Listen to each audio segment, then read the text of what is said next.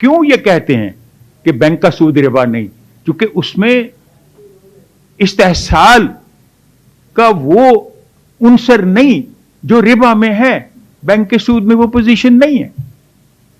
تو نیچرلی اس کو ربا کہنا جو ہے وہ وقت کی ضرورت کے مطابق اس کو سوچنا چاہیے کہ آپ کی مارکیٹ اکانومی کس طرح چل سکتی ہے when there is no capital available.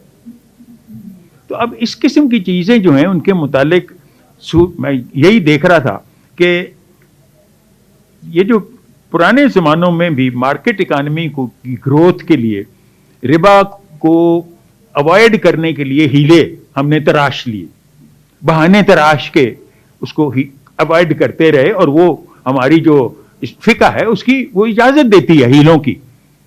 جہاں بھی کوئی چیز منع ہے اس کے کچھ کو ہیلے کے ذریعے یو اوائڈ اٹ. اور ہم اتنے زیادہ تقلید سے باؤنڈ ہو چکے ہیں کہ we can't think in terms of اجتہاد. اچھا اب سوچئے ذرا اسلامی ریاست کے جو ذرائع تھے آمدنی کے، ریاست چلتی کیسے تھی؟ کیا تھے ذرائع؟ ایک تو اس میں سب سے بڑا جو ذریعہ تھا وہ تو نیچرلی جزیہ تھا، جو اب ختم ہو چکا ہے. جزیہ ایک بہت آمدنی کا ذریعہ تھا اسٹیٹ کو نان مسلم سے، per head it was a poll tax which is levied on each individual who happened to be non-Muslim.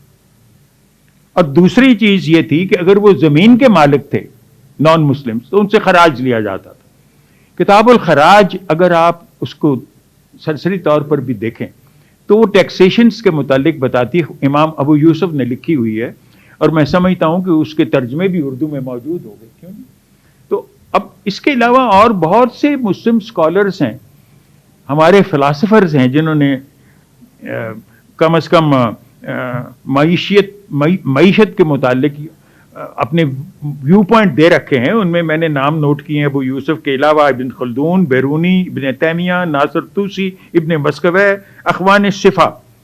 ان کی تحریروں سے آپ ڈیڈیوس کر سکتے ہیں کہ یہ جو کانسیپٹ تھا ہمارے ہاں اکانومی کا، یہ کیپٹلسٹک تو تھا مگر اس کا بیسس جو تھا کیپٹلزم کا وہ تجارت تھی، ناٹ فیوڈلزم. فیوڈلزم بعد میں آ گیا، جس وقت آپ نے زمینیں کانکر کی، نکالا غیر مسلموں کو، قابض خود ہو گئے، تو پھر یہ صورت عشر کی آئی. تو پہلے تو صرف مسلمان زکوٰۃ دیتا تھا اور وہ بھی والنٹری تھی، اور اس کے علاوہ اگر کوئی ٹیکس تھا تو وہ سلطان وقت یا خلیفہ جو بھی وقت کا تھا وہ ٹریڈ پر لگاتا تھا، اور یہ بحثیت امام کے اس کو حق حاصل تھا یا پاور تھی کہ he could impose taxes on the profit of trade, اس پر ٹیکس لے لیتے، اور اس کا کوئی تعلق آپ کے یعنی کہہ لیجئے دین یا عقیدے سے نہیں تھا. یہ امام بحثیت اپنی پاور کے امپوز کرتا تھا. اب اس کی مثال آپ کو یہاں ملتی ہے in the times of Firoz Tughlaq. Firoz Tughlaq نے یہاں پہ پہلا جو اسلامک کوڈ بنی ہے بر صغیر میں، وہ فیروز تغلق کے زمانے میں بنی تھی. اس کا نام ہے آئین فیروز شاہی. اس نے علماء کو بلوا کے یہ قانون سازی کی، اور اس کو یہ پہلا ہندوستان میں تو ہمیں اتنی توفیق نہیں ہوئی کہ اپنے ملک کی یعنی بر صغیر میں مسلمانوں نے 1000 سال حکومت کی ہے اور ہم تاریخ لکھ سکیں کہ ہمارے یہاں پر عدالتیں چلتی کیسے تھیں. دیکھیے ہمارے ہاں جو بادشاہ ہو گزرے ہیں انہوں نے یا تو مساجد بنائی ہیں یا قلعے بنائے ہیں یا محل بنائے.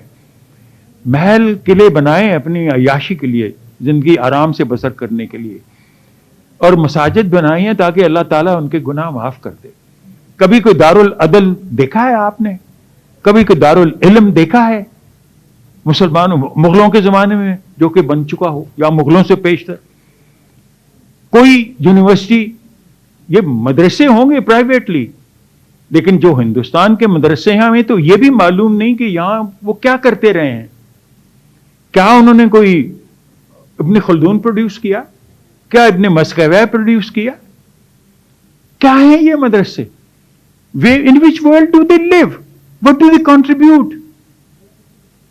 تو اس بنا پر اگر آپ دیکھیں تو یہ اقبال جیسی جو شخصیتیں جو تھیں وہ کہتے ہیں کہ اب جو زمانہ ہے اس میں ایک ویلفیئر کا کانسیپٹ ڈیولپ ہو گیا ہے، اور ہمیں ان بزرگوں کو جنہوں نے معیشت کے بارے میں کچھ اپنے خیالات کا اظہار کیا ہے مسلم زعماء میں سے، ان کو ہماری یونیورسٹیوں میں خاص طور پر اکنامک ڈپارٹمنٹس جو ہیں ان میں ایک ایسا شعبہ ہو، اس میں ایک ایسا نصاب ہو جس میں یہ ڈسکس کیا جائے کہ ہماری اسلامک ٹریڈیشن جو ہے یہ اکنامک مسائل کو حل کرنے کے لیے پاسٹ میں کیا تجاویز دیتی ہے، اور جدید جو نظریے ہیں ان کو کس طرح قبول کیا جائے۔